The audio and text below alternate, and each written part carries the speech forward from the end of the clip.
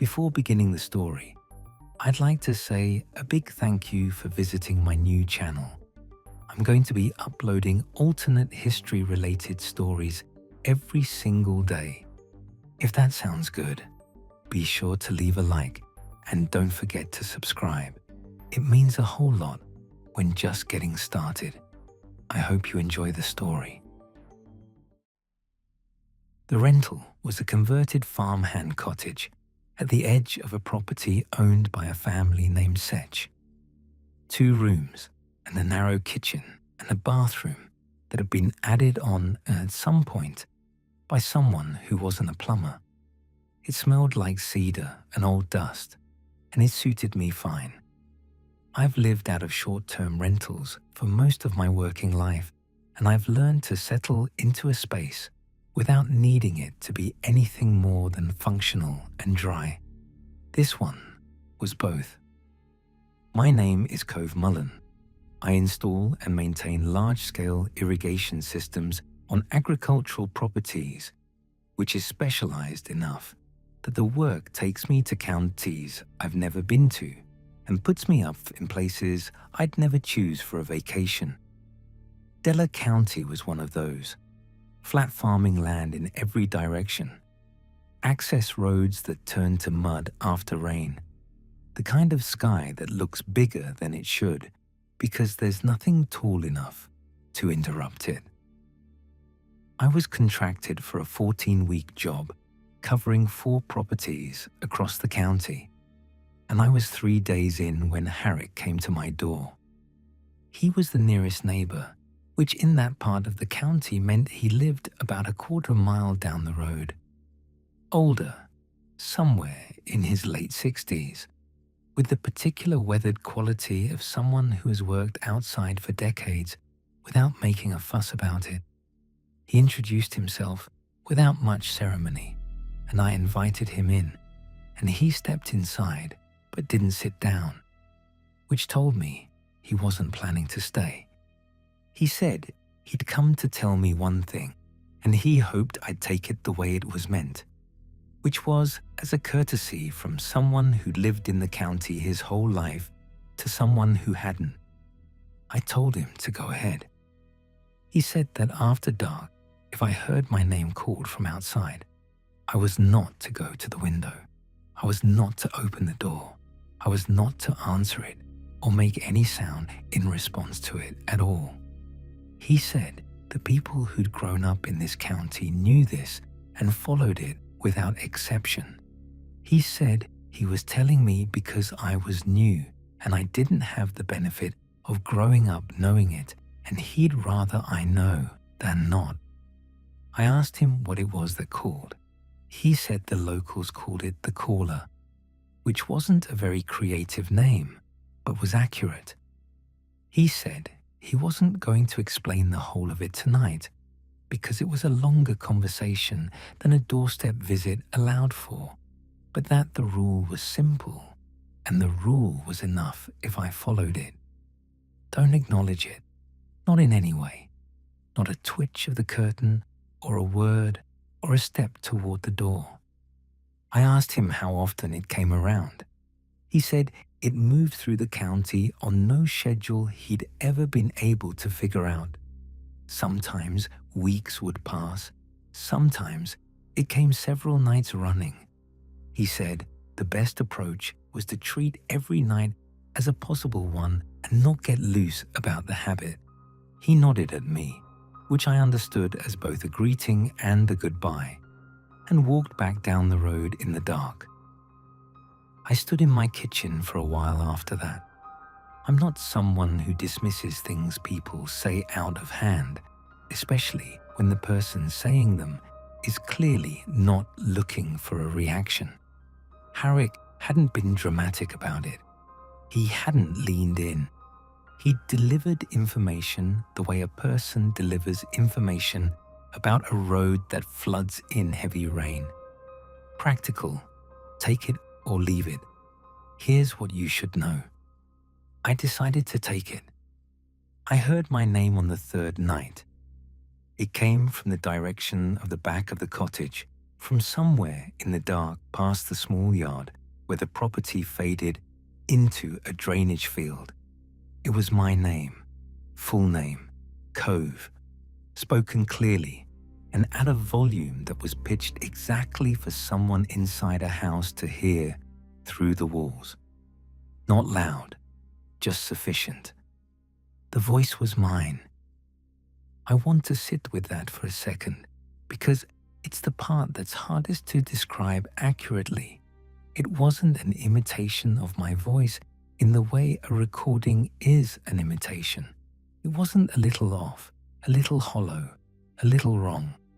It was my voice exactly, the specific pitch and cadence of it, the way my voice sounds from inside my own head, the way I hear myself when I'm thinking in full sentences. I was sitting on the couch with a book I hadn't been reading, and I went completely still. It said my name once more. Same pitch, same patience. Then nothing. I sat on that couch for another 40 minutes before I felt ready to move. I went to bed with the lights on and lay there thinking about the way it had sounded and how it knew my voice when I'd been in the county for 3 days and had spoken to maybe 4 people. I went to see Harrick the next morning. He listened to what I described without surprise. He poured me coffee I didn't ask for and set it in front of me and sat down across his kitchen table and told me the rest of it. He said the caller didn't have a fixed form. It was always in the process of building one, assembling itself from whoever it was currently working on. It called your name because that was how it started. If you responded in any way, went to the window, opened the door, looked toward the sound, answered it, even moved toward it from across a room, it began to learn you. Not all at once. Incrementally, the way a sketch gets filled in. Each acknowledgement gave it more detail. Enough acknowledgements over enough visits, and it had a complete copy. I asked him what happened when the copy was finished. He said the original wasn't necessary anymore. He said this plainly, without embellishment, the way you describe a mechanical process you've had a long time to accept. I asked him if it had ever finished anyone. He said yes. He said he'd lost 2 people to it in his lifetime. A woman named Bertie who'd lived 3 properties north and who one day had simply not been where she was supposed to be, and a younger man who'd rented in the county for a season about 15 years back. He said both of them had been people who hadn't taken the rule as seriously as they should have. I thanked him for the coffee and drove to my first job site and spent the day doing physical work in the flat open daylight and tried to let the straightforwardness of a task with clear steps crowd out everything else. It mostly worked. Bram arrived 2 weeks into the job. He's my work partner on large installations, which this one had become once I'd assessed the full scope of the second property. I've worked with Bram on and off for 6 years, and he's easy company, competent with the equipment, good at the kind of problem solving that happens when a field doesn't match a plan. He drove up from the south in his own truck and pulled into the Setch property driveway on a Wednesday afternoon, and I met him outside, and before we even got to the job, I told him about the caller. I told it the way Harrick had told it to me. Straight, practical, no drama. If you hear your name from outside after dark, you don't respond in any way. Bram nodded in the manner of a person who is filing something away out of respect for the person telling it, rather than genuine belief. He said, okay, and asked about the installation specs. I let it go. I told him. The rule was simple. On the 4th night after Bram arrived, I woke up at what felt like around 2 in the morning to the sound of movement in the main room of the cottage. Bram was on the couch, which he'd insisted on over my objection about the bed arrangement, and I came out of my room to find him standing at the window, not fully awake, not fully asleep, just standing there with one hand on the curtain, pulled back about 2 inches, looking out. I said his name quietly, and he turned around and looked at me with the expression of someone surfacing from deep water, and I knew from his face that he'd heard his name and he'd gone to the window on pure reflex before he was awake enough to remember that he wasn't supposed to. I crossed the room and pulled the curtain back the rest of the way, because the thing that had already happened had happened, and there was no point in caution about it now. There was nothing visible in the yard, just the dark and the flat fields beyond it, and the particular quality of rural nighttime that has no ambient light to soften it. I let the curtain fall and told Bram to sit down. He was fully awake by then. He understood what he'd done before I had to explain it. He sat on the edge of the couch with his forearms on his knees and looked at the floor and said nothing for a while. I went and knocked on Harrick's door at 2:15 in the morning, which I apologized for, and he opened the door like he'd been expecting it. Over the following days, I watched it happen in Bram. It was small things, the same way all the terrible things in my experience have started as small things. A phrase he used that wasn't his, a particular way of trailing off at the end of a sentence that I recognized as mine rather than his, a gesture with his left hand while he was talking, a specific outward turn of the wrist that I'd seen in my own reflection. He didn't notice any of it. That was the worst part. He was still completely himself in every way he could see, and in these small, borrowed ways that he couldn't. The caller was filling in detail, using Bram's acknowledgement as a foundation and building on it every time it came back. I started keeping track of how often it came, which I could tell by whether Bram seemed slightly more unlike himself in the mornings, and the answer was often, every 2 or 3 nights. Harrick confirmed what I needed to know. He said there was a way to break the marking before it completed. He said the caller always made one final visit to collect the finished image when it had enough of you to close the copy, and if the marked person could stay completely dark and completely silent through that final visit without any acknowledgement at all, the incomplete copy would degrade. It couldn't hold its shape without being confirmed. It needed that last acknowledgement, the way a photograph needs the final step of developing. He said the final visit was the hardest one. By then, the caller had enough of your voice to use it, and enough of the voices around you to use those too. It would sound like anyone it needed to sound like. He said there was no way to know in advance which visit was the final one. You had to treat everyone as if it might be. We started keeping different hours, Bram and me. Lights off by dark. No reason to be awake in the small hours when we could avoid it. I moved the couch to the interior wall of the main room, as far from the windows as the space allowed. Bram didn't argue about any of it. I want to describe the night it ended because I've gone over it enough times that I think I can do it accurately. It was a Wednesday, about 3 weeks after Bram's first acknowledgement. We'd been in bed for a few hours and I was mostly asleep when I heard it start from the east side of the cottage, which faced the long, flat field.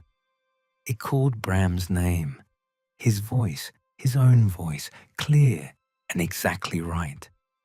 I lay still and listened and heard nothing from Bram's room, which meant he was following the rule.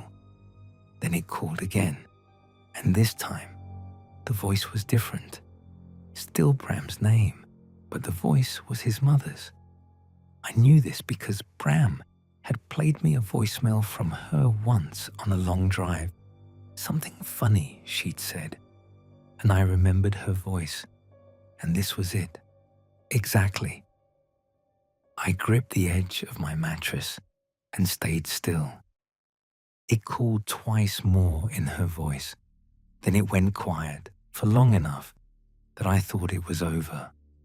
Then it called Bram's name in my voice. I heard myself from outside the cottage saying his name with the specific inflection I use when I'm getting his attention on a job site. Casual, directed, familiar. The sound of someone he trusted completely. I heard Bram's door in the hallway, not opening, just the sound of weight shifting against it from the other side, which meant he was at the door but hadn't opened it, standing there with his hand on it or his forehead against it, or both. I got up and went to the hallway. He was standing at his door with one hand flat against it and his jaw set in the particular way of a person holding themselves in place by will alone. His eyes were open, and he was staring at the door in front of him and not at me when I came into the hallway. And I understood that looking at me was also a risk because I was one of the voices it was using and he couldn't be sure. I didn't speak. I sat down on the hallway floor and put my back against the wall, and I stayed there, and I let him know by staying that I was real without asking him to confirm it. Outside, it called his name 3 more times in my voice. Then it tried his mother again. Then a voice I didn't recognize, a man's voice, older, someone from before I knew him. Then it stopped. The quality of the dark outside changed in the way Harrick had described and that I'd noticed on the nights it came and went, a kind of loosening in the air, like a pressure that had been present, becoming absent. Bram slid down his door and sat on the floor across from me. We sat there in the hallway in the dark for a long time and didn't say anything. In the morning, he looked like himself again. Not all at once, but over the course of that day and the next. The borrowed phrases faded. The gestures that weren't his stopped appearing. The slight wrongness that had been sitting on him like an ill-fitting coat lifted. By the end of the week, he was just Bram, competent and easy, and exactly the person I've been working alongside for 6 years. We finished the Delaware County job 2 weeks later, loaded our equipment and closed out the contracts and drove out on a Friday morning in separate trucks, north and south, the way we usually split off at the end of a shared job. I got home to my regular place, a house on the edge of a mid-sized town, on a Friday evening. I'd been away for 14 weeks, and the house had the particular sealed quality of a space that hadn't been opened in a while. I unpacked, ran the water until it cleared, slept for 10 hours. I was back to my normal routine within a few days. Desk work, planning the next job, the administrative maintenance of running a small operation solo. It was a good stretch of ordinary, the kind of ordinary I knew how to appreciate more than I used to. 3 weeks after leaving Delaware County, I was at my kitchen table on a Tuesday night, finishing the last of a proposal document, when I heard my name from the backyard. Bram's voice. I went still in the same way I'd gone still on that third night in the cottage, completely and immediately. The reflex trained into me over 14 weeks, of nights in a county that required it. It said my name again. Bram's voice, exactly. The specific way he says my name when he's handing something across a job site. Easy and direct. I got up from the table and turned the kitchen light off. I moved to the interior wall and sat down on the floor with my back against it, the same way I'd sat in the hallway outside his door. It called my name 3 more times, each one a little closer to the back wall. Then it tried a different voice. My mother, who had been gone for 11 years, saying my name the way she said it when she was looking for me in the house, the specific rise and fall of it that I hadn't heard in over a decade. I put my hands flat on the floor and breathed and stayed where I was. It called in her voice, twice more. Then once in a voice I didn't recognize, which was worse, somehow, than the ones I did. Then it stopped. I sat on the kitchen floor in the dark for another hour before I got up. Not because the hour was necessary, because I wanted to be sure in a way that an hour of stillness could provide. Then I got up and turned the light back on and stood in my kitchen and breathed the air of my regular house in my regular town and listened to the ordinary sound of a neighborhood at night. I thought about calling Bram, not to tell him what had happened. I'd already decided against that before I was fully standing. I didn't want him to know it had followed me home. It was information he'd carry differently than I would, and the weight of it wouldn't help him do anything useful. I went back to the table and finished the proposal document. I left the lights on when I went to bed, which was new. I expect I'll stop doing that eventually, when enough nights pass quietly. I haven't heard it again since that Tuesday, but I keep my phone in reach and my lights low in the evening, and I've started sitting with my back to the interior wall at the kitchen table, which is a small adjustment in how I occupy a room that costs me nothing.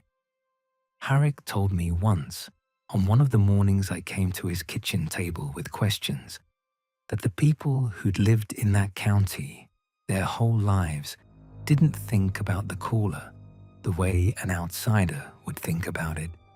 He said it was just a condition of the place. You learned the rule young and you kept it and you got on with things. And mostly, your life was your life.